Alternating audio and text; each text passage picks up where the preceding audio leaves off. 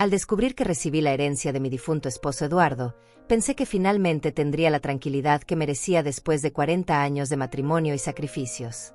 Pero cuando mi hija Lucía se enteró de los $250,000 que me habían dejado, su primera reacción no fue preguntar cómo estaba yo procesando la muerte de su padre, sino cuándo podríamos hablar de números y hacer una división justa para toda la familia.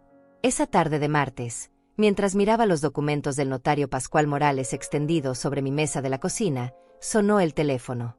Era Lucía, hablando con esa voz dulce y calculada que solo usaba cuando necesitaba algo de mí. No había llamado en 3 meses. Ni siquiera para el funeral de Eduardo. Pero ahora, mágicamente, tenía tiempo para volar desde Phoenix hasta aquí, a San Antonio, ese mismo fin de semana. Durante años me acostumbré a ser la madre que siempre estaba disponible, la que nunca decía que no, la que guardaba silencio cuando mi hija me hablaba como si fuera una anciana confundida. Eduardo solía defenderme con sutileza, pero ahora que él no estaba, Lucía parecía pensar que podía manejarme como quisiera. Mientras escuchaba su voz por el teléfono, explicándome con condescendencia cómo funcionaban las herencias y por qué sería mejor dividir el dinero entre ella y sus hermanos, sentí algo que no había experimentado en décadas, una mezcla de claridad absoluta y decepción profunda. No era solo el dinero lo que me dolía. Era la forma en que había asumido automáticamente que yo no sabría qué hacer con mi propia herencia, como si a los 67 años fuera incapaz de tomar decisiones. Era la manera en que hablaba de los gastos innecesarios que yo podría hacer, refiriéndose a mis pequeños placeres como las flores para el jardín o las donaciones a la iglesia. Era esa certeza en su voz de que yo seguía siendo la misma mujer que había criado 5 hijos sin chistar, que había trabajado medio tiempo durante 20 años para ayudar con los gastos familiares, y que nunca había reclamado nada para mí. Pero lo que más me perturbó fue darme cuenta de que Lucía no estaba equivocada completamente. Durante años, efectivamente había sido esa mujer complaciente. Había permitido que mis hijos adultos tomaran decisiones por mí, había aceptado sus consejos no solicitados sobre mi vida, había sonreído cuando me corregían como si fuera una niña. Había normalizado ser tratada como un mueble en mi propia casa, presente pero no realmente vista. Recordé entonces la última vez que intenté expresar una opinión propia.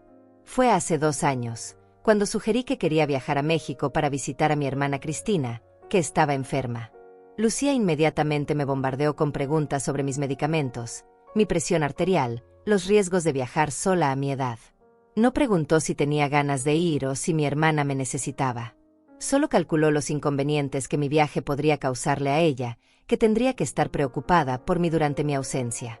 Al final, cancelé el viaje. Cristina murió 4 meses después, sin que yo pudiera despedirme. Esa noche, después de colgar el teléfono, me quedé sentada en la cocina hasta muy tarde, rodeada por el silencio de una casa que ahora era completamente mía. Los papeles de la herencia seguían ahí, junto a una taza de té frío que había olvidado beber.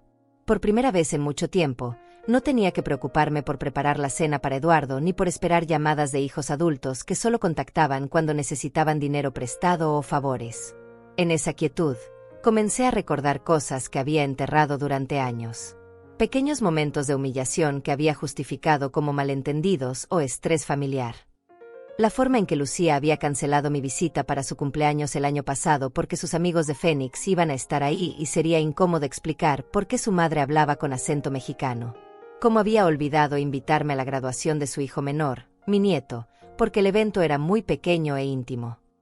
La vez que me pidió que no usara mi vestido favorito, el rojo con flores, para su boda, porque no combinaba con el tema de colores que había elegido. Mientras revivía estos recuerdos, me di cuenta de que había desarrollado una habilidad especial para minimizar el dolor de estos desaires.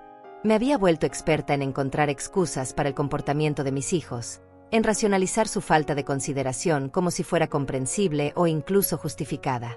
Están ocupados, me decía a mí misma. Tienen sus propias vidas. No es personal. Pero sentada ahí, con los documentos de una herencia que representaba la última muestra de amor de Eduardo, ya no podía seguir fingiendo que no veía lo que estaba pasando. La llamada de Lucía no había sido sobre preocuparse por mi bienestar o sobre honrar la memoria de su padre. Había sido sobre dinero, pura y simplemente. Y lo que más me dolía era reconocer que yo había contribuido a crear esta dinámica al permitir durante años que me trataran como si mi única función fuera ser útil, disponible y generosa, sin esperar nunca reciprocidad o respeto genuino. Esa madrugada, Mientras el reloj marcaba las 3:30, tomé los documentos de la herencia y los leí palabra por palabra. Eduardo me había dejado todo a mí, sin condiciones, sin sugerencias sobre cómo debía usarlo. En su testamento, escrito de su puño y letra, había una nota que decía: para Delia, que se merece todo lo bueno que la vida no le dio mientras yo estuve aquí. Lloré leyendo esas palabras, porque me di cuenta de que mi esposo había visto lo que yo había negado durante tanto tiempo, que me había perdido a mí misma tratando de ser la madre perfecta para hijos que nunca valoraron mis sacrificios. Los días siguientes fueron como abrir un baúl lleno de recuerdos que había intentado olvidar. Cada vez que tocaba los papeles de la herencia, venían a mi mente episodios que había archivado bajo la etiqueta de cosas que pasan en las familias. Pero ahora, con la claridad dolorosa que trae el tiempo, podía ver el patrón que había estado negando durante años. Recordé el día de Navidad del año pasado, cuando llegué a casa de Lucía con los regalos que había comprado para mis nietos. Había gastado casi $300 en juguetes que había elegido cuidadosamente, recordando las cosas que cada uno había mencionado que quería. Pero cuando toqué la puerta, Lucía me recibió con una sonrisa tensa y me susurró que habían cambiado de planes. Los niños iban a pasar la tarde en casa de los otros abuelos, los padres del esposo de Lucía, porque tenían una piscina más grande y habían contratado un payaso. Me quedé parada en la entrada, con las bolsas de regalos en las manos, mientras mi hija me explicaba que no se preocupara, que otro día podrían abrir mis regalos. «Es que tú entiendes, mamá», me dijo. Los niños estaban muy emocionados con la piscina. Lo que no me dijo, pero que descubrí después por las fotos en Facebook, era que habían organizado una gran celebración familiar sin avisarme, con primos, tíos y amigos, mientras yo pasé la Navidad sola en mi casa, recalentando el pavó que había cocinado pensando que tendríamos una cena familiar. Esa noche había llamado a mi hija para preguntarle si habían disfrutado los niños, y ella me contestó con prisa, diciendo que estaba cansada por toda la actividad del día. No preguntó cómo había pasado yo la Navidad. No se disculpó por el cambio de último minuto. Simplemente asumió que yo lo entendería, como siempre lo hacía. Luego recordé el cumpleaños de mi nieta mayor, Isabella, cuando cumplió 15 años. Durante meses había estado ahorrando para comprarle algo especial. Sabía que Lucía había planeado una fiesta grande, y yo quería contribuir. Le ofrecí pagar el vestido de la quinceañera, que costaba $800. Lucía aceptó mi oferta inmediatamente, pero cuando llegó el día de la celebración, descubrí que había comprado 2 vestidos, uno que yo pagué y otro aún más caro que usó Isabella para la fiesta principal. Durante la ceremonia, cuando tomaron las fotos familiares, me ubicaron en la última fila, casi escondida detrás de otros familiares más altos. En las fotos que subieron a las redes sociales, yo apenas se veía una parte de mi cabeza. Pero cuando se trataba de agradecer a los patrocinadores de la fiesta, mi nombre apareció en letras pequeñas al final de la lista, después de mencionar a todos los que habían contribuido con cantidades menores. Lo que más me dolió no fue la falta de reconocimiento, sino darme cuenta de que para Lucía yo era útil para pagar cosas, pero incómoda para exhibir. Como si mi presencia restara elegancia al evento. Como si tener una madre de 67 años, con arrugas y canas, no encajara con la imagen que quería proyectar de una familia próspera y moderna. Después de esa fiesta, pasaron 3 meses sin que Lucía me llamara. Yo intenté comunicarme varias veces, pero siempre me respondía con mensajes de texto cortos: «Muy ocupada esta semana, te llamo después, los niños tienen muchas actividades». Hasta que un día necesitó que cuidara a Isabella porque tenía una cita médica importante y su niñera habitual no podía. Entonces sí me llamó, con esa voz dulce y necesitada que yo conocía tan bien. También recordé la vez que me enfermé de neumonía hace 2 años. Estuve internada en el hospital durante una semana, y aunque les avisé a todos mis hijos, Lucía fue la única que no vino a visitarme. Me mandó flores con una tarjeta que decía que te mejores pronto, mamá, pero nunca apareció. Cuando salí del hospital, me llamó para preguntarme si ya estaba mejor, pero durante nuestra conversación mencionó 3 veces que había estado muy ocupada con un proyecto importante en su trabajo. En cambio, cuando su esposo tuvo una cirugía menor de rodilla el año pasado, esperaba que yo fuera a Phoenix a ayudar con los niños durante su recuperación. No me pidió que fuera, simplemente asumió que estaría disponible.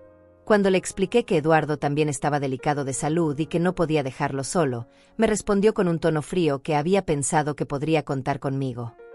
Como si mis propias responsabilidades y preocupaciones fueran menos importantes que las suyas. Estos recuerdos se sucedían uno tras otro, como fichas de dominó cayendo. Cada uno parecía insignificante por separado, pero juntos formaban un patrón claro. Yo existía en la vida de Lucía cuando me necesitaba, y desaparecía cuando mi presencia era inconveniente o cuando requería de su tiempo y atención. Lo más doloroso era reconocer que había colaborado activamente en crear esta dinámica. Cada vez que Lucía cancelaba una visita, yo encontraba una excusa para justificarla.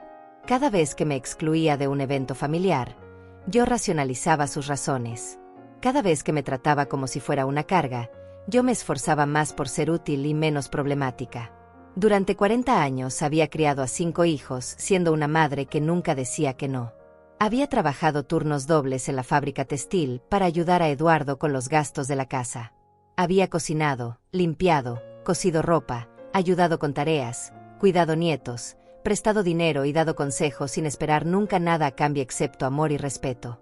Pero ahora me daba cuenta de que para Lucía, todo eso no había sido amor maternal sino obligaciones que yo tenía que cumplir, como si ser madre fuera un trabajo del cual nunca podía jubilarme. Sentada en mi cocina, rodeada por estos recuerdos dolorosos, comprendí que la llamada sobre la herencia no había sido un evento aislado. Era simplemente la manifestación más clara de algo que había estado pasando durante años. Lucía veía a su madre como alguien que existía para servirle, no como una persona con deseos, necesidades y derechos propios. El viernes por la mañana, mientras preparaba café en la cocina que ahora parecía más silenciosa que nunca, acepté finalmente lo que había estado evitando reconocer durante años. Mi hija no me había excluido por error, distracción o circunstancias inevitables. Me había borrado deliberadamente de su vida porque mi presencia le resultaba incómoda, y había mantenido contacto conmigo solo cuando necesitaba algo. Esta comprensión no llegó con gritos ni lágrimas. Fue más bien como cuando se enciende una luz en una habitación oscura y de repente puedes ver todos los muebles que estaban ahí, pero que no podías distinguir antes. Durante décadas había caminado a ciegas por esta relación, tropezando con las mismas piedras una y otra vez, sin entender por qué me dolía tanto cada caída. Tomé mi taza de café y me senté en la silla donde Eduardo solía leer el periódico cada mañana. Desde ahí podía ver las fotos familiares que colgaban en la pared del comedor.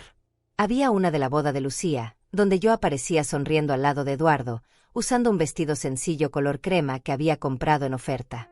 Al lado estaba una foto de la graduación universitaria de mi hijo menor, donde toda la familia posaba orgullosa. Y más allá, una imagen de las últimas Navidades que pasamos todos juntos, hace 3 años. Mirando esas fotografías, me di cuenta de algo que me heló la sangre. En cada una de ellas, yo estaba sonriendo. Sonriendo como si fuera la madre más feliz del mundo, como si no tuviera ninguna preocupación, como si todo estuviera perfecto en mi vida. Pero ahora recordaba exactamente cómo me había sentido en cada uno de esos momentos, y la sonrisa había sido una máscara para ocultar la soledad, la exclusión y la sensación constante de que no era suficientemente buena para mis propios hijos. En la foto de la boda de Lucía, sonreía a pesar de que ella había rechazado mi ayuda para organizar la ceremonia, diciéndome que había contratado a una wedding planner profesional porque quería que todo saliera perfecto. En la graduación, sonreía aunque mi hijo había limitado el número de invitados que podía llevar, y yo había tenido que elegir entre invitar a mi hermana Cristina o a mi comadre Hilda. En las Navidades, sonreía mientras servía la cena que había cocinado sola durante 2 días, escuchando a mis hijos hablar de sus vacaciones, sus trabajos y sus planes futuros sin preguntarme nunca cómo estaba yo o qué quería hacer con mi vida. Esa mañana de viernes, por primera vez en años, no tenía que sonreír para nadie. Eduardo ya no estaba ahí para protegerme con su presencia silenciosa, pero tampoco estaba ahí para esperar que yo mantuviera la armonía familiar a costa de mi propia dignidad. Estaba completamente sola, y aunque eso me daba miedo, también me daba una libertad que no había experimentado en décadas. Me levanté de la mesa y fui hasta mi cuarto, donde guardaba en el último cajón del ropero una libreta que Eduardo me había regalado años atrás para que escribiera mis pensamientos. Nunca la había usado porque siempre estaba demasiado ocupada cuidando de otros para pensar en mis propios sentimientos. Pero ese día la saqué y comencé a escribir una lista de todas las veces que me había sentido invisible en mi propia familia. La lista se hizo larga muy rápidamente. Escribí sobre las veces que mis opiniones habían sido ignoradas en las reuniones familiares, cuando trataba de sugerir restaurantes para las cenas de cumpleaños y mis hijos automáticamente elegían otros lugares sin considerar mis preferencias. Anoté las ocasiones en que había ofrecido ayuda genuina y me habían dicho que no se preocupara, pero luego habían aceptado la misma ayuda de otras personas. Recordé las conversaciones donde intentaba contar algo que me había pasado y la atención se desviaba inmediatamente hacia los problemas o logros de mis hijos, como si mis experiencias no fueran lo suficientemente interesantes para mantener su atención. Mientras escribía, sentía algo que no había experimentado en mucho tiempo: rabia. No la rabia explosiva que lleva a gritar y romper cosas, sino una rabia fría y clara que me ayudaba a ver la situación sin los filtros del amor maternal incondicional. Era la rabia de una mujer que se daba cuenta de que había regalado 40 años de su vida a personas que no valoraban ese sacrificio. Pero junto con la rabia vino algo aún más poderoso: la determinación. Mientras revisaba mi lista y veía el patrón de comportamiento de Lucía, comprendí que la llamada sobre la herencia era mi oportunidad de cambiar la dinámica que habíamos establecido. Ella venía esperando encontrar a la misma madre complaciente de siempre, la que cedía ante sus argumentos y se disculpaba por existir. Pero esa mujer había muerto junto con Eduardo. Cerré la libreta y me dirigí al teléfono. Marqué el número del notario Pascual Morales, que había manejado todos los asuntos legales de Eduardo durante los últimos años. Cuando respondió con su voz amable y profesional, le dije que necesitaba una cita urgente para discutir opciones sobre la herencia que había recibido. «Por supuesto, señora Rosales», me respondió. «¿Tiene alguna pregunta específica sobre los documentos que le entregué?» «Tengo muchas preguntas», le dije, sorprendiéndome a mí misma por la firmeza en mi voz. «Pero principalmente quiero saber qué derechos tengo sobre el dinero que me dejó mi esposo y qué opciones legales tengo para proteger esa herencia». Hubo un silencio breve antes de que Pascual respondiera: «Señora Rosales, ese dinero es completamente suyo. Su esposo se lo dejó sin condiciones ni restricciones. Usted puede hacer lo que considere conveniente con él». Esas palabras se quedaron resonando en mi cabeza después de colgar. Completamente suyo. Sin condiciones ni restricciones. Lo que considere conveniente. Era la primera vez en años que alguien me confirmaba que tenía derecho a tomar decisiones sobre algo importante sin tener que justificarme ante nadie. Esa tarde, mientras esperaba la hora de mi cita con el notario, me senté en el portal de mi casa y observé a los vecinos pasar por la calle. Algunos me saludaron con la familiaridad de años de convivencia en el mismo barrio. La señora Mariana, que vivía en la esquina, se acercó a preguntarme cómo estaba sobrellevando la pérdida de Eduardo. Por primera vez en mucho tiempo, alguien me preguntaba por mí sin querer algo a cambio. «Estoy aprendiendo a vivir sola», le respondí honestamente. «Es más difícil de lo que pensaba, pero también más liberador». Mariana me miró con comprensión y me dijo algo que me llegó al corazón: «Delia, tienes derecho a vivir para ti misma ahora. Has cuidado de todos durante tanto tiempo que te mereces descubrir qué quiere Delia de la vida». Cuando se fue, me quedé pensando en sus palabras. ¿Qué quería Delia de la vida? Hacía tanto tiempo que no me hacía esa pregunta que casi había olvidado que tenía derecho a hacérmela. Durante décadas, mis deseos habían estado subordinados a las necesidades de Eduardo, de mis hijos, de mis nietos. Pero ahora, sentada en mi portal con los documentos de la herencia doblados en mi bolsillo, me di cuenta de que por primera vez en mi vida adulta tenía la libertad real de elegir qué hacer conmigo misma. El lunes por la mañana, cuando llegué a la oficina del notario Pascual Morales, esperaba una conversación rutinaria sobre papeleo y trámites bancarios. Lo que no esperaba era que ese encuentro cambiaría completamente mi perspectiva sobre los últimos años de mi matrimonio y me revelaría secretos que Eduardo había guardado hasta su muerte. Pascual me recibió en su oficina con la misma amabilidad profesional de siempre, pero noté algo diferente en su actitud. Parecía incómodo, como si tuviera algo importante que decirme, pero no supiera cómo empezar. Después de ofrecerme café y preguntarme por mi salud, se sentó detrás de su escritorio y abrió una carpeta que no había visto antes. «Señora Rosales», comenzó con voz cautelosa, «antes de que discutamos las opciones para manejar su herencia, hay algo que Eduardo me pidió que le entregara solo después de que hubiera procesado la pérdida inicial.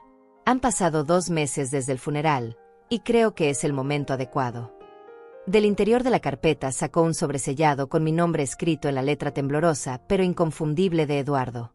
Mi corazón comenzó a latir más rápido mientras tomaba el sobre entre mis manos. Era más pesado de lo que esperaba, como si contuviera más que una simple carta. «Eduardo vino a verme hace 1 año», continuó Pascual mientras yo miraba el sobre sin atreverme a abrirlo. «Estaba muy enfermo ya, aunque usted no lo sabía en ese momento. Me pidió que preparara no solo el testamento, sino también esta carta y algunos documentos que quería que usted conociera después de su muerte. Con manos temblorosas, abrí el sobre.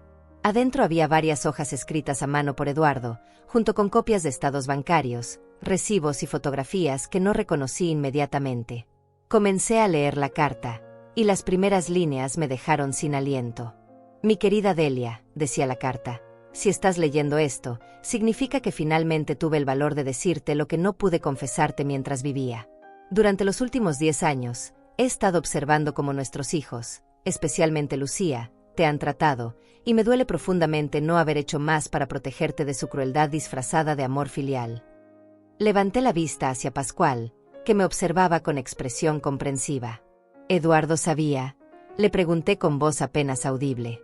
Sabía mucho más de lo que usted imagina, respondió el notario. Continúe leyendo. La carta de Eduardo continuaba. Delia, he visto cómo Lucía te manipula emocionalmente, cómo te excluye de eventos familiares y luego te hace sentir culpable por sentirte herida. He presenciado las llamadas donde solo te contacta cuando necesita dinero o favores, y he notado cómo tu sonrisa se ha vuelto más forzada cada año que pasa. Como tu esposo, debería haberte defendido más abiertamente, pero pensé que era mejor mantener la paz familiar. Me equivoqué. Mis ojos se llenaron de lágrimas mientras continuaba leyendo. Eduardo había documentado meticulosamente todos los incidentes que yo había tratado de olvidar o minimizar. Había anotado fechas, conversaciones, cantidades de dinero que Lucía me había pedido prestado y nunca devuelto.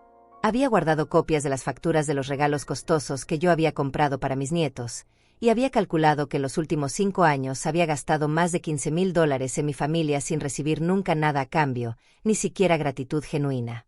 Pero lo que más me duele, continuaba la carta, es ver cómo has perdido el brillo en los ojos, cómo has comenzado a disculparte por existir, como si ocupar espacio en este mundo fuera un favor que le debes a otros. La mujer valiente y decidida de la que me enamoré hace más de 40 años sigue ahí, pero la has escondido tan profundamente que a veces me pregunto si la recordarás cuando yo ya no esté. Entre los documentos que Eduardo había incluido, encontré algo que me dejó completamente choqueada, copias de conversaciones de Facebook entre Lucía y sus hermanos, que Eduardo había logrado obtener a través de un amigo que trabajaba en tecnología. En esas conversaciones, mis hijos discutían sobre mí como si fuera una carga económica que tendrían que dividirse cuando Eduardo muriera. La vieja va a necesitar que la mantengamos cuando papá se muera, había escrito Lucía. Espero que al menos nos deje la casa para compensar todos los gastos que va a generar. Mamá siempre ha sido muy dramática, había respondido mi hijo Carlos. Probablemente exagere sus problemas de salud para llamar la atención. Pero tienes razón, vamos a tener que turnarnos para lidiar con ella. Leyendo esas palabras, sentí como si me hubieran golpeado en el estómago. No solo estaban planeando mi futuro sin consultarme, sino que hablaban de mí como si fuera un objeto problemático que tendrían que gestionar por obligación. Pascual me ofreció un vaso de agua mientras yo intentaba procesar esta información. Eduardo me mostró estas conversaciones hace 6 meses, me explicó. Fue entonces cuando decidió hacer algunos cambios importantes en su testamento original. ¿Qué cambios?, pregunté con voz quebrada. Inicialmente, Eduardo había planeado dividir la herencia entre usted y sus 5 hijos, respondió Pascual. Pero después de ver esas conversaciones y de observar el comportamiento de sus hijos hacia usted, decidió dejárselo todo a usted sin restricciones. Además, estableció una cláusula especial que protege esa herencia de cualquier reclamación legal de sus hijos. La carta de Eduardo concluía con palabras que me llegaron directamente al corazón. Delia, este dinero no es solo una herencia. Es mi última oportunidad de darte las herramientas para que recuperes tu dignidad y tu independencia. No se lo debes a nadie. No tienes que dividirlo por ser justa. No tienes que sentirte culpable por usarlo en lo que te haga feliz. Es tuyo, completamente tuyo, como debería haber sido tu vida durante todos estos años. Úsalo para viajar a lugares que siempre quisiste conocer. Cómprate ropa que te guste sin preguntarte si es demasiado cara. Dona dinero a las causas que consideres importantes. Pero sobre todo, úsalo para recordar que eres una mujer valiosa que merece respeto y amor genuino, no el amor condicionado que te han dado nuestros hijos. Al terminar de leer, me quedé sentada en silencio durante varios minutos. Todo mi mundo había cambiado en el espacio de una hora. Eduardo no solo había visto mi sufrimiento, sino que había tomado medidas concretas para protegerme después de su muerte. Me había dado no solo seguridad económica, sino también la confirmación de que mi dolor era real y justificado. «Hay una cosa más», dijo Pascual, sacando otro documento de la carpeta. «Eduardo también me pidió que le diera esto solo si usted decidía hacer cambios importantes en su vida». Era una carta de recomendación dirigida a un abogado especialista en derecho familiar, junto con $500 en efectivo y una nota que decía: «Para Delia, por si necesita protección legal contra nuestra propia familia». Salí de la oficina del notario con una claridad que no había tenido en años. Eduardo me había dado mucho más que dinero. Me había dado la validación de que mis sentimientos eran legítimos y las herramientas para defenderme. Ahora entendía que la llamada de Lucía no era solo sobre codicia, era sobre el pánico de descubrir que ya no podrían manipularme como antes. Esa tarde, cuando sonó el teléfono y vi el nombre de Lucía en la pantalla, por primera vez en años no corrí a contestar. Dejé que sonara hasta que se activó el buzón de voz. Tenía mucho que planear antes de enfrentar a mi hija, y ahora sabía exactamente lo que tenía que hacer. Durante los siguientes 3 días, me convertí en una detective de mi propia vida. Armada con la información que Eduardo me había dejado y la claridad dolorosa que me daban sus revelaciones, comencé a recopilar evidencias de años de manipulación y menosprecio que había normalizado como dinámicas familiares normales. Empecé por revisar mis estados de cuenta bancarios de los últimos 5 años. Eduardo tenía razón, las cifras eran devastadoras. Había prestado a Lucía un total de $8,400 en diferentes ocasiones, siempre con promesas de devolución que nunca se materializaron. El préstamo más grande había sido de $3,000 para una emergencia médica de su esposo, que después descubrí había sido para pagar unas vacaciones familiares a Disney World que vi publicadas en sus redes sociales. También encontré recibos de regalos que había comprado para cumpleaños, graduaciones y navidades. El vestido de 15 años de Isabella, la laptop para mi nieto menor cuando entró a la universidad, los juguetes costosos que compraba cada vez que visitaba Phoenix. Solo en el último año había gastado más de $4,000 en mi familia, sin incluir los pasajes de avión para visitarlos o el dinero que gastaba cuando ellos venían a San Antonio. Pero lo que más me impactó fue revisar mis fotografías. Tenía cajas llenas de imágenes familiares que había guardado cuidadosamente durante décadas, y al verlas con esta nueva perspectiva, pude identificar el momento exacto en que comenzó mi exclusión sistemática. En las fotos de hace 10 años, yo aparecía en el centro de los grupos familiares, sonriendo genuinamente. Pero gradualmente, en las imágenes más recientes, mi posición fue cambiando hacia los bordes, hasta prácticamente desaparecer de las fotografías importantes. Decidí llamar a mi hermana Cristina, que vivía en Guadalajara, para pedirle su perspectiva sobre lo que había estado pasando.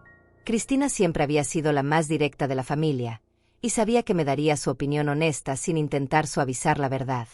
«Delia», me dijo después de escuchar mi relato, «he estado esperando años a que te dieras cuenta de esto. Cada vez que hablamos, me contabas historias sobre Lucía que me hacían hervir la sangre, pero cuando yo intentaba señalarte lo que estaba pasando, tú siempre la defendías». «¿Por qué nunca me lo dijiste más directamente?», le pregunté.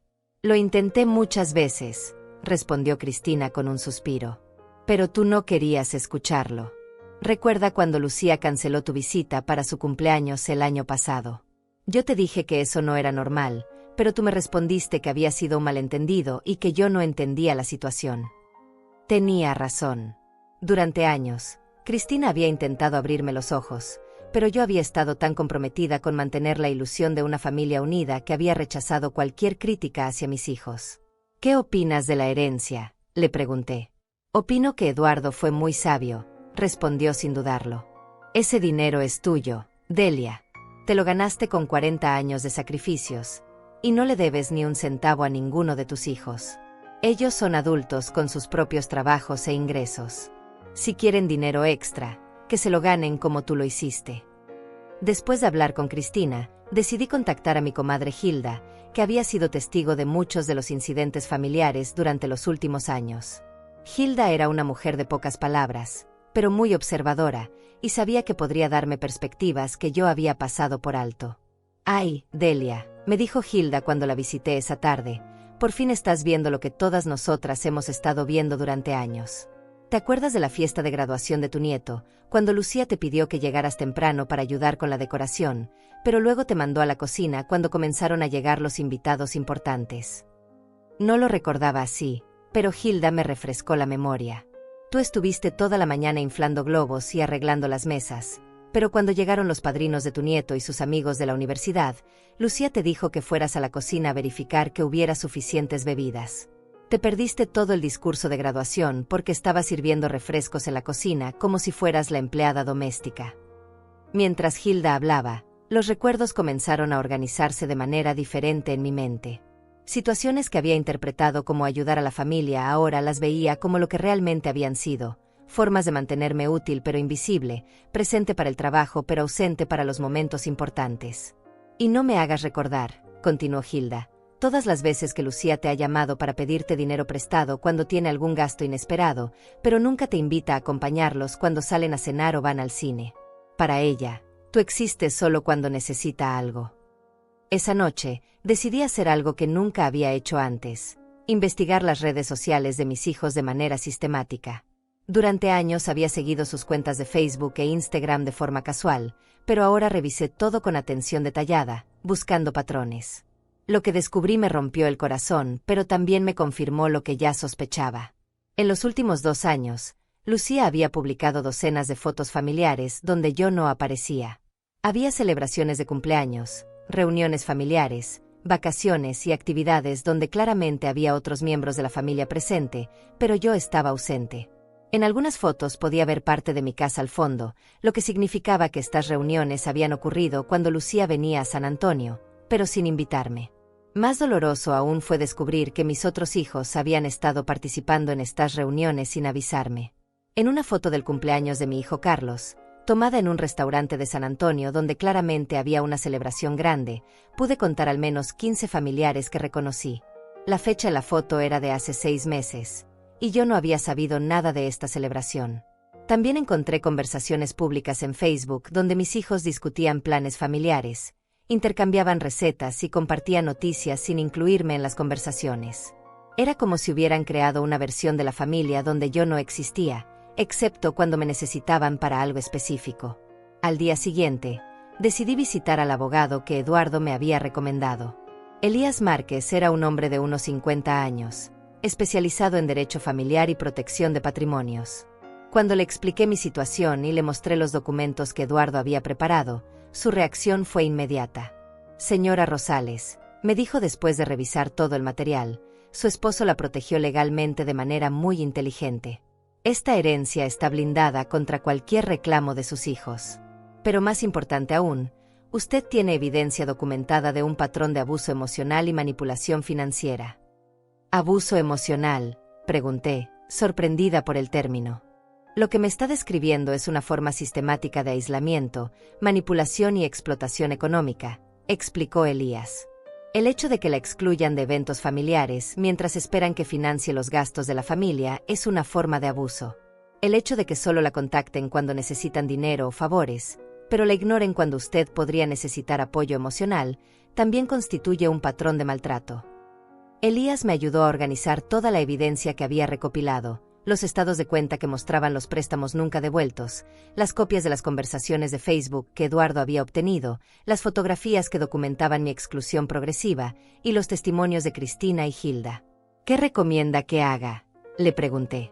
Primero, respondió Elías, recomiendo que transfiera la herencia a una cuenta bancaria nueva, en un banco diferente, donde solo usted tenga acceso. Segundo, sugiero que cuando su hija venga a visitarla, tenga esta conversación en presencia de un testigo neutral. Y tercero, esté preparada para establecer límites claros sobre cómo quiere ser tratada en el futuro.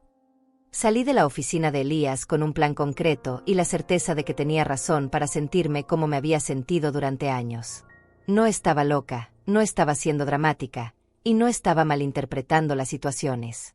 Había sido víctima de un tipo de maltrato que es particularmente cruel porque viene disfrazado de amor familiar. Esa noche, mientras organizaba todos los documentos y evidencias en mi mesa de cocina, me di cuenta de que Eduardo me había dado mucho más que una herencia económica. Me había dado las herramientas para recuperar mi dignidad y la fuerza para enfrentar una verdad que había estado evitando durante años. El teléfono sonó 3 veces esa noche. Las 3 veces era Lucía. Las 3 veces dejé que se activara el buzón de voz. Ya no estaba evitando la conversación por miedo, la estaba posponiendo porque quería estar completamente preparada para lo que sabía que sería el encuentro más importante de mi vida. El jueves por la mañana, después de una semana de preparativos silenciosos, finalmente contesté la llamada de Lucía. Su voz sonaba más tensa de lo habitual, con esa mezcla de impaciencia y falsa preocupación que yo había aprendido a reconocer durante años. «Mamá, he estado llamándote toda la semana», me dijo con un tono que pretendía ser cariñoso pero que no podía ocultar su irritación. «¿Estás bien?» Me tenías preocupada.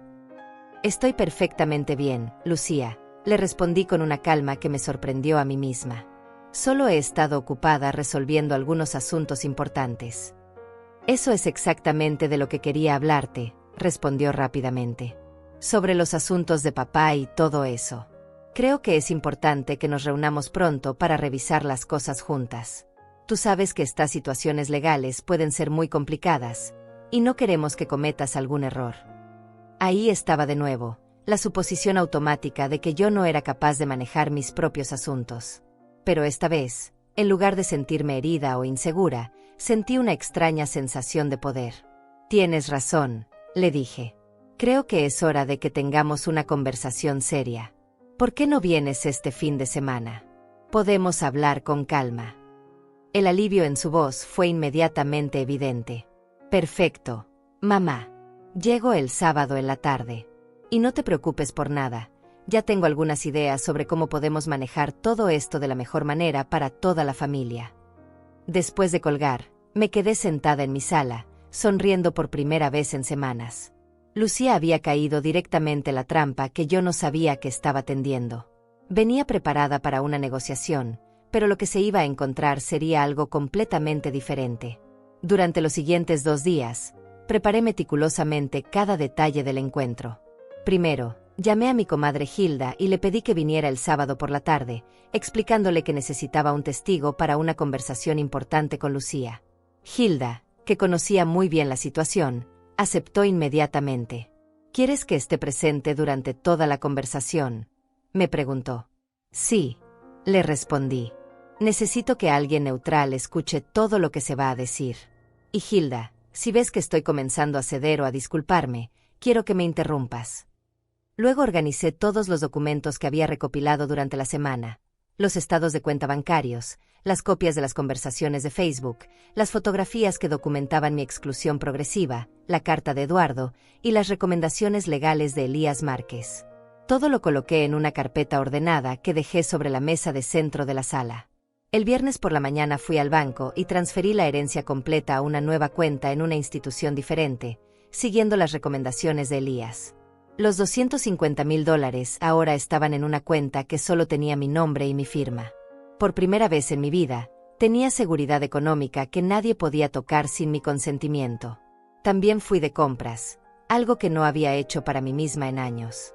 Me compré un vestido nuevo, color vino, que me hacía sentir elegante y segura. Fui a la peluquería y me arreglé el cabello de una manera diferente, más moderna. Cuando me miré en el espejo, vi a una mujer que no reconocía completamente, alguien que parecía tener control sobre su propia vida. El sábado por la mañana limpié la casa de arriba abajo, pero no porque quisiera impresionar a Lucía, sino porque quería que todo estuviera perfecto para lo que sabía que sería un momento histórico en mi vida. Preparé café y compré galletas en la panadería que estaba cerca de casa. No iba a cocinar una comida completa como hacía siempre que venían mis hijos. Esta reunión era sobre negocios, no sobre demostrar que seguía siendo la madre servicial de siempre. A las 2 de la tarde llegó Hilda, puntual como siempre. Se veía un poco nerviosa, pero determinada. Habíamos sido amigas durante más de 20 años, y ella había presenciado muchos de los momentos difíciles de mi relación con mis hijos. ¿Estás segura de que quieres hacer esto, Delia?, me preguntó mientras nos sentábamos en la sala a esperar. Más segura de lo que he estado de cualquier cosa en mi vida, le respondí. Hilda, durante años he permitido que me traten como si fuera un mueble en mi propia familia. Eduardo me dio las herramientas para cambiar eso, y no voy a desperdiciar esta oportunidad. A las 3:30 llegó Lucía. La vi desde la ventana bajándose de un taxi con una maleta pequeña y esa sonrisa confiada que siempre usaba cuando venía a resolver mis problemas. Llevaba un traje elegante y zapatos caros, la imagen perfecta de una mujer profesional exitosa que venía a manejar los asuntos financieros de su madre ingenua. Cuando abrí la puerta, su sonrisa vaciló ligeramente al verme. El vestido nuevo, el peinado diferente, algo en mi postura había cambiado, y ella lo notó inmediatamente. «Mamá, te ves diferente», me dijo mientras me daba un abrazo mecánico. «Me siento diferente», le respondí. «Pasa, tenemos mucho de qué hablar». Cuando entramos a la sala y Lucía vio a Hilda sentada en el sillón, su confusión fue evidente. «Hola, Hilda», la saludó con cortesía forzada. «No sabía que ibas a estar aquí». Yo le pedí a Hilda que estuviera presente. Intervine antes de que Hilda pudiera responder. «Para esta conversación necesito un testigo». La palabra testigo claramente alarmó a Lucía. Se sentó en el sofá con una rigidez que no había mostrado antes, y noté que sus ojos se dirigieron inmediatamente a la carpeta de documentos que estaba sobre la mesa. «Mamá, ¿qué es todo esto?», preguntó, señalando la carpeta.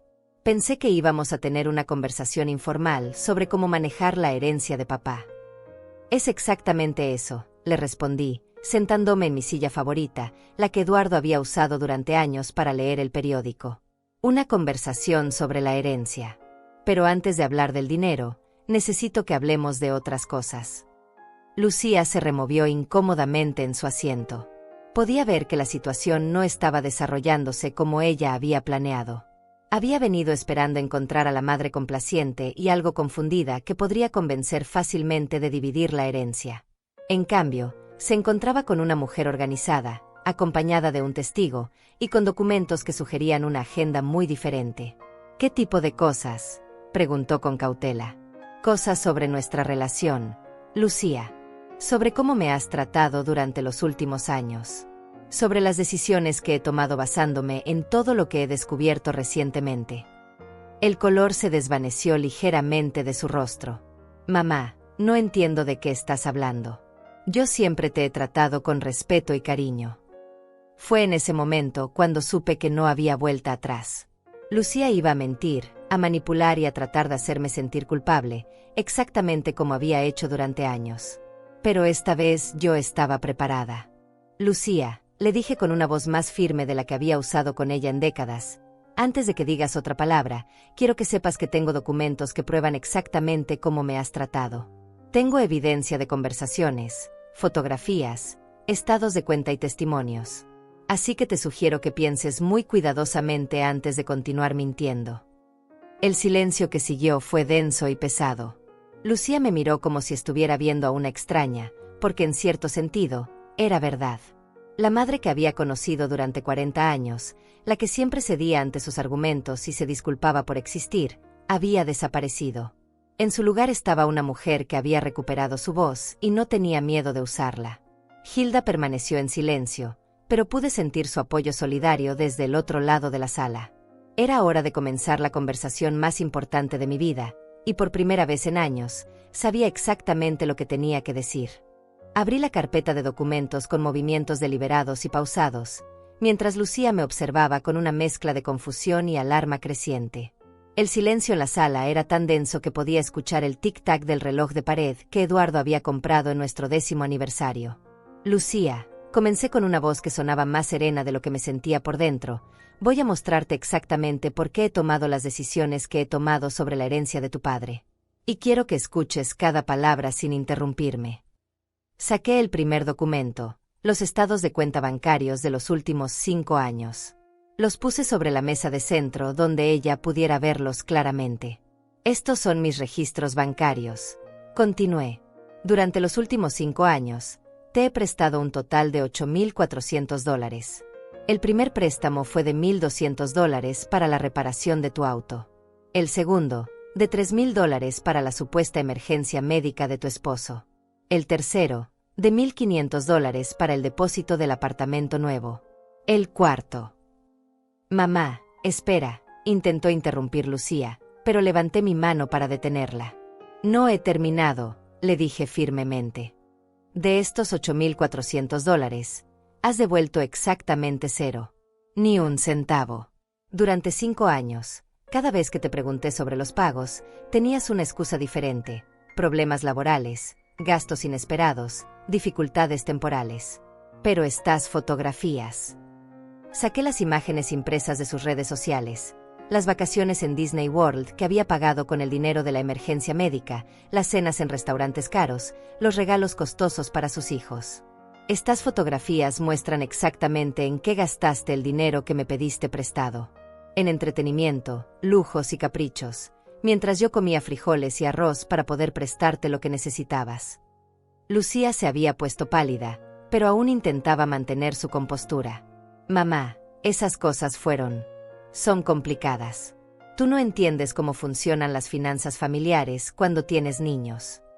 Tienes razón, le respondí, sacando otro conjunto de documentos. No entiendo cómo funcionan las finanzas familiares cuando tienes niños. Pero sí entiendo esto.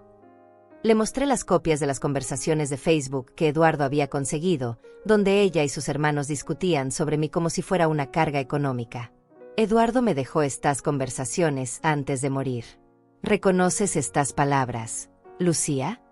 La vieja va a necesitar que la mantengamos cuando papá se muera.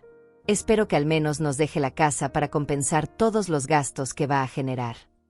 Al leer sus propias palabras en voz alta, Lucía se desplomó visiblemente en el sofá. Su máscara de hija preocupada comenzó a resquebrajarse. Y aquí, continué, leyendo de otro mensaje, mamá siempre ha sido muy dramática. Probablemente exagere sus problemas de salud para llamar la atención. Estas son las palabras de una hija que me ha tratado con respeto y cariño. Mamá, esas conversaciones fueron sacadas de contexto. Intentó defenderse Lucía, pero su voz ya no sonaba convincente ni para ella misma. ¿De contexto?, repetí, sacando las fotografías familiares que había organizado cronológicamente.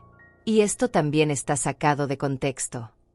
Extendí sobre la mesa docenas de fotografías de los últimos 5 años. Celebraciones familiares, cumpleaños, graduaciones, reuniones donde yo había sido sistemáticamente excluida o colocada en posiciones marginales. Aquí está la fiesta de cumpleaños de Carlos, hace 6 meses, en un restaurante de San Antonio. 15 familiares presentes, incluida tú que volaste desde Phoenix. Yo no fui invitada. Aquí está la graduación de mi nieto menor, donde me dijiste que el evento era muy pequeño e íntimo, pero puedo contar 23 personas en esta fotografía.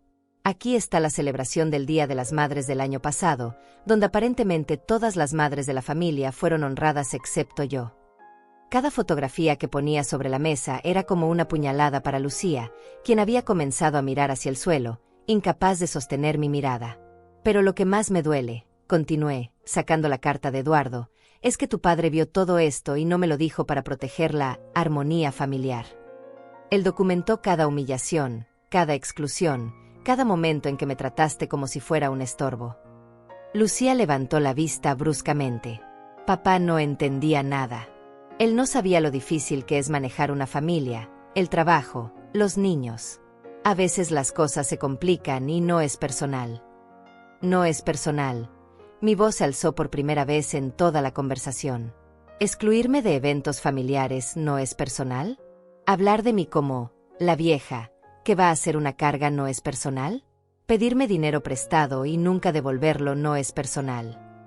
Hilda, que había permanecido en silencio durante toda la confrontación, finalmente habló. Lucía, yo he sido testigo de muchas de estas situaciones. He visto cómo has tratado a tu madre durante años, y no hay excusa que justifique ese comportamiento.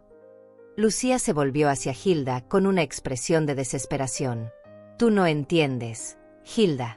Mi madre puede ser muy demandante. Siempre quiere estar involucrada en todo, siempre tiene opiniones sobre cómo debemos manejar nuestras vidas. ¿Demandante?, repetí, sintiendo una mezcla de incredulidad y rabia. ¿Cuándo he sido demandante, Lucía? ¿Cuándo te ofrecí pagar el vestido de 15 años de Isabella? ¿Cuándo cuidé a tus hijos sin cobrar ni un centavo durante años? ¿Cuándo trabajé turnos dobles para ayudar con los gastos familiares cuando eran pequeños? Eso es diferente, murmuró Lucía, pero su argumento se desmoronaba visiblemente. No, no es diferente, le dije, sacando el último documento, la recomendación legal de Elías Márquez. Es exactamente lo mismo.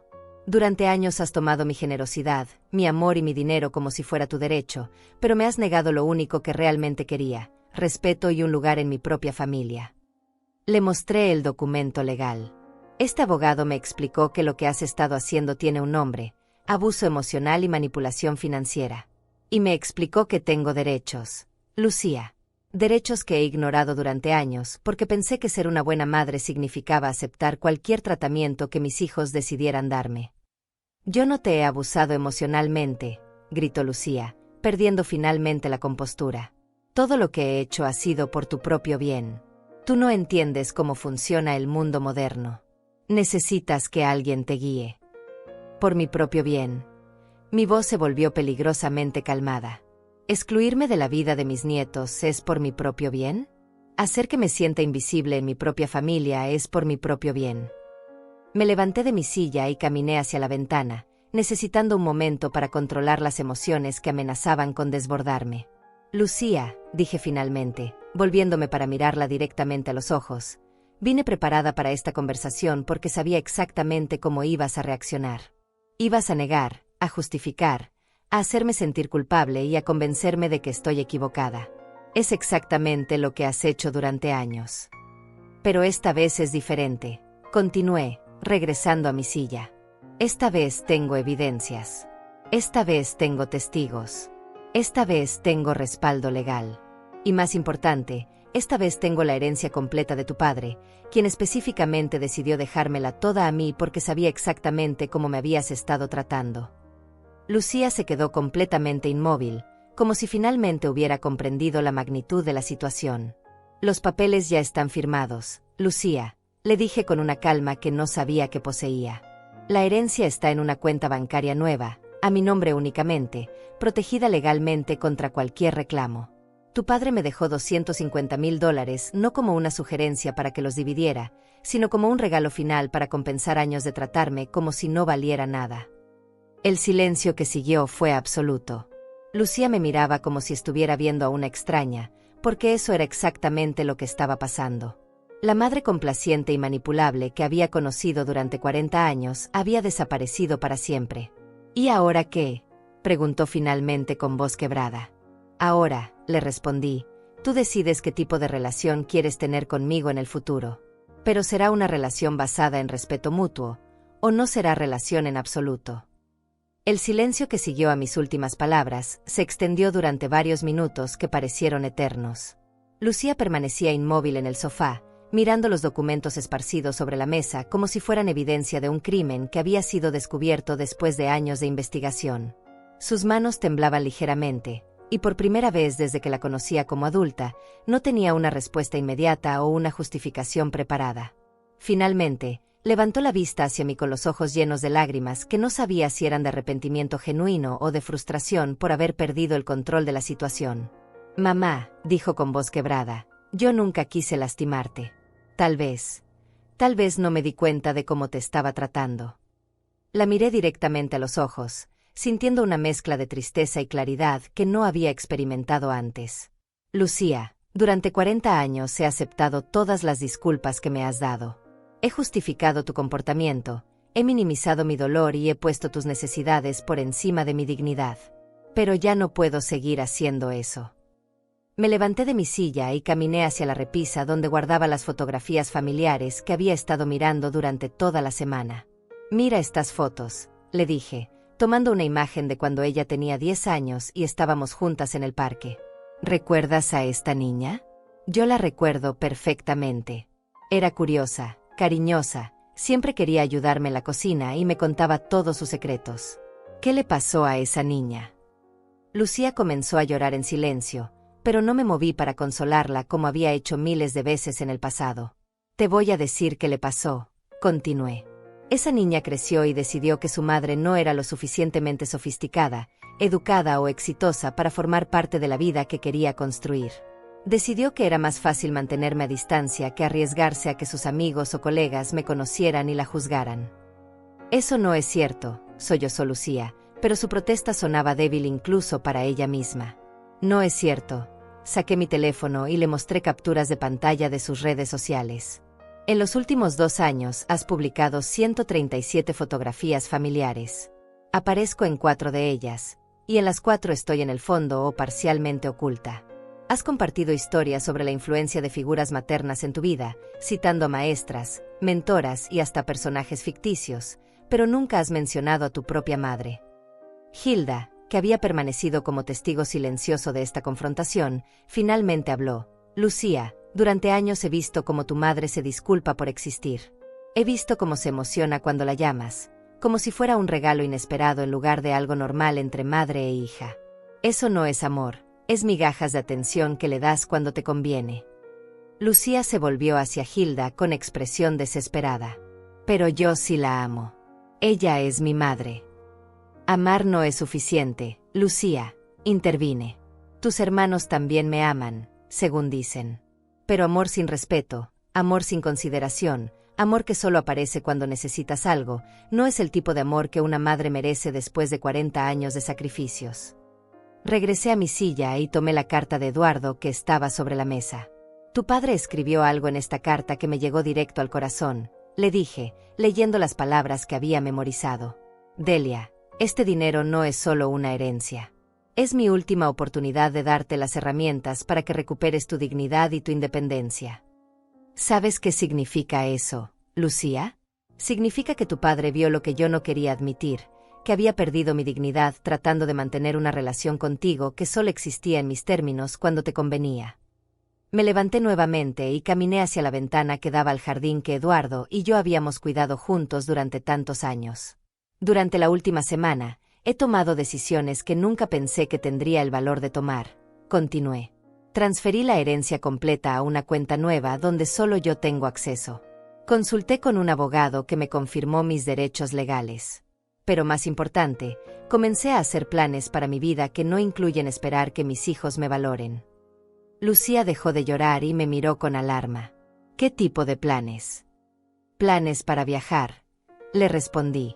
Tu padre y yo nunca pudimos permitirnos unas vacaciones reales porque siempre estábamos ayudando a la familia con gastos. Ahora voy a conocer lugares que siempre soñé visitar. Planes para donar dinero a causas que me importan, sin preguntar a nadie si está bien. Planes para comprarme cosas que me gusten sin sentirme culpable por gastar dinero en mí misma.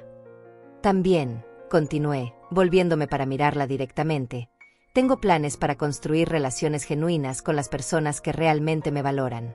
Mi hermana Cristina me ha invitado a pasar una temporada en Guadalajara. Mis vecinos aquí me han demostrado más consideración en las últimas semanas que tú en los últimos años. El impacto de mis palabras fue visible en el rostro de Lucía. Por primera vez, parecía comprender que las consecuencias de años de maltrato no se limitaban a una conversación incómoda o una regañada maternal. Estaba perdiendo a su madre de manera definitiva. Mamá, por favor, dijo con voz desesperada. Dime qué puedo hacer para arreglar esto. Cambiaré, te lo prometo. Incluiré en todo, te llamaré más seguido, te visitaré más. La miré con una mezcla de tristeza y compasión que no esperaba sentir. Lucía, durante años he escuchado esas mismas promesas cada vez que mi dolor se volvía demasiado evidente para ignorarlo. Promesas que duraban unas semanas hasta que volvías a los mismos patrones de comportamiento. Pero ahora es diferente, insistió. Ahora entiendo lo que he estado haciendo mal. Tal vez, le respondí. Pero yo ya no estoy dispuesta a arriesgar mi bienestar emocional esperando a ver si esta vez es real. He pasado demasiados años de mi vida siendo la madre que siempre perdona, que siempre entiende, que siempre da otra oportunidad. Hilda se levantó de su silla y se acercó a mí. Delia tiene razón, Lucía. Tu madre ha dado demasiadas oportunidades que han sido desperdiciadas. Si realmente quieres cambiar, vas a tener que demostrarlo con acciones consistentes durante mucho tiempo, sin esperar perdón inmediato. Lucía nos miró a ambas con una expresión de derrota total. ¿Entonces esto es todo? Ya no soy tu hija. Siempre serás mi hija, le respondí con una voz más suave de la que había usado durante toda la conversación.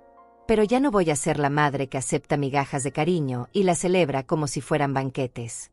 Ya no voy a ser la madre que se disculpa por tener necesidades emocionales. Ya no voy a ser la madre que financia tu vida mientras tú me excluyes de la mía. Si quieres tener una relación conmigo en el futuro, continué, va a tener que ser una relación entre dos adultas que se respetan mutuamente. No entre una madre desesperada por atención y una hija que la tolera cuando le conviene. Lucía permaneció sentada en el sofá durante varios minutos más, procesando lo que había escuchado. Finalmente, se levantó y caminó hacia la puerta con movimientos lentos y pesados. ¿Puedo llamarte?, preguntó sin volverse a mirarme. Puedes, le respondí. Pero cuando lo hagas, asegúrate de que sea porque genuinamente quieres hablar conmigo, no porque necesites algo o porque te sientes culpable. Y prepárate para una relación completamente diferente a la que hemos tenido hasta ahora. Después de que Lucía se fue, Hilda y yo nos quedamos sentadas en la sala, rodeadas por los documentos que habían cambiado mi vida para siempre. ¿Cómo te sientes?, me preguntó Hilda. Libre, le respondí sin dudarlo. Por primera vez en años, me siento completamente libre. Han pasado 6 meses desde aquella tarde cuando mi mundo cambió para siempre en mi propia sala. Mientras escribo estas reflexiones en la libreta que Eduardo me regaló años atrás, puedo decir con certeza que la mujer que era antes de esa confrontación ya no existe. En su lugar hay alguien que reconozco vagamente de mis años de juventud, una mujer que tiene opiniones propias, que toma decisiones sin pedir permiso, y que no se disculpa por ocupar espacio en este mundo. La primera decisión importante que tomé después de que Lucía se fuera fue viajar a Guadalajara para visitar a mi hermana Cristina. Gasté $2,000 en ese viaje, dinero que antes me habría parecido una extravagancia imperdonable. Pero mientras caminaba por las calles donde había jugado de niña, compartiendo recuerdos y risas con mi hermana, comprendí que no estaba gastando dinero en un capricho, estaba invirtiendo en mi propia felicidad. Cristina me recibió con una mezcla de alegría y orgullo que no esperaba. «Por fin recuperaste a la Delia que conocía antes de que te casaras», me dijo la primera noche, mientras tomábamos café en su cocina. Durante años, cuando hablábamos por teléfono, sonabas como alguien que se había perdido a sí misma. En Guadalajara pasé 3 semanas redescubriendo partes de mí que había enterrado bajo décadas de maternidad sacrificada. Volví a tocar la guitarra, algo que no había hecho desde que mis hijos eran pequeños y no tenía tiempo para frivolidades. Cristina me llevó a clases de baile folclórico para señoras mayores, donde conocí a mujeres de mi edad que también estaban redescubriendo quiénes eran después de años de vivir para otros. También visité la tumba de nuestros padres, algo que no había podido hacer en 5 años porque siempre había alguna crisis familiar que requería mi dinero o mi tiempo. Mientras estaba ahí, parada frente a las lápidas que guardaban a las personas que me habían enseñado a ser fuerte, sentí que Eduardo estaba conmigo, orgulloso de las decisiones que había tomado. Cuando regresé a San Antonio, mi casa se sintió diferente. Ya no era el lugar donde esperaba llamadas telefónicas que llegaban solo cuando alguien necesitaba algo. Se había convertido en mi refugio, mi espacio, el lugar donde podía tomar decisiones sobre mi vida sin consultar con nadie. Una de las primeras cosas que hice fue redecorar la sala. Guardé todas las fotografías familiares que me causaban dolor y las reemplacé con imágenes de mis viajes, de mis nuevas amigas, de los momentos que me hacían feliz. Compré plantas nuevas para el jardín y contraté a un jardinero para que me ayudara a crear el espacio verde que Eduardo y yo siempre habíamos soñado pero nunca pudimos permitirnos. También comencé a donar dinero regularmente a un refugio para mujeres mayores víctimas de violencia doméstica. Cuando conocí las historias de estas mujeres, me di cuenta de que el abuso no siempre viene en forma de golpes físicos. A veces viene disfrazado de amor familiar, de hijos que drenan emocionalmente a sus madres hasta dejarlas convencidas de que no merecen mejor tratamiento. Lucía me ha llamado 4 veces en estos 6 meses. Las primeras 2 llamadas fueron intentos de manipulación emocional. Me contó sobre problemas financieros que estaba teniendo, mencionó que los niños me extrañaban, sugirió que tal vez podríamos empezar de nuevo si yo la ayudaba con algunos gastos urgentes. Terminé ambas conversaciones después de 5 minutos, dejándole claro que no estaba interesada en regresar a los patrones de comportamiento del pasado. La tercera llamada fue diferente. Lucía me contactó simplemente para preguntarme cómo estaba, sin mencionar dinero o favores. Hablamos durante 15 minutos sobre cosas superficiales, el clima, las noticias, sus actividades laborales. Cuando colgué, me di cuenta de que había sido la primera conversación genuinamente desinteresada que habíamos tenido en años. La cuarta llamada llegó hace 2 semanas. Lucía me informó que había comenzado terapia psicológica para entender mejor sus patrones de comportamiento en las relaciones familiares. Me pidió perdón de una manera que sonaba más madura y reflexiva que sus disculpas anteriores. No me pidió que la perdonara inmediatamente ni que fingiera que nada había pasado. Solo reconoció el daño que había causado y me aseguró que estaba trabajando para cambiar. Le dije que apreciaba su honestidad y que estaría dispuesta a considerar una relación diferente en el futuro, pero que necesitaba ver cambios consistentes durante un periodo prolongado. No fue una reconciliación dramática ni emotiva. Fue una conversación entre dos adultas que están intentando figurar si pueden tener una relación saludable después de años de dinámica tóxica. Mis otros hijos han reaccionado de maneras diferentes. Carlos me visitó hace 3 meses, claramente nervioso por la nueva versión de su madre. Me trató con una cortesía cautelosa que nunca había mostrado antes, como si finalmente hubiera comprendido que ya no podía dar por sentado mi disponibilidad incondicional. Nuestra relación ahora es más superficial, pero también más honesta. Mi hijo menor, Roberto, fue el único que me felicitó por tomar control de mi vida. Mamá, me dijo durante una de nuestras conversaciones telefónicas, durante años me he sentido culpable por no protegerte más de Lucía. Sabía que te trataba mal, pero no sabía cómo intervenir sin crear más problemas familiares. La relación más transformada ha sido la que tengo conmigo misma. Durante décadas, mi valor personal había estado completamente vinculado a qué tan útil era para mi familia. Si mis hijos me necesitaban, me sentía valiosa. Si me ignoraban, me sentía invisible. Ahora mi valor está basado en mis propias decisiones, mis propios logros, mis propias relaciones. He hecho nuevas amistades en la clase de tejido que comencé a tomar en el centro comunitario. Son mujeres de mi edad que también están navegando esta etapa de la vida donde los hijos se van y tenemos que redescubrir quiénes somos más allá de ser madres.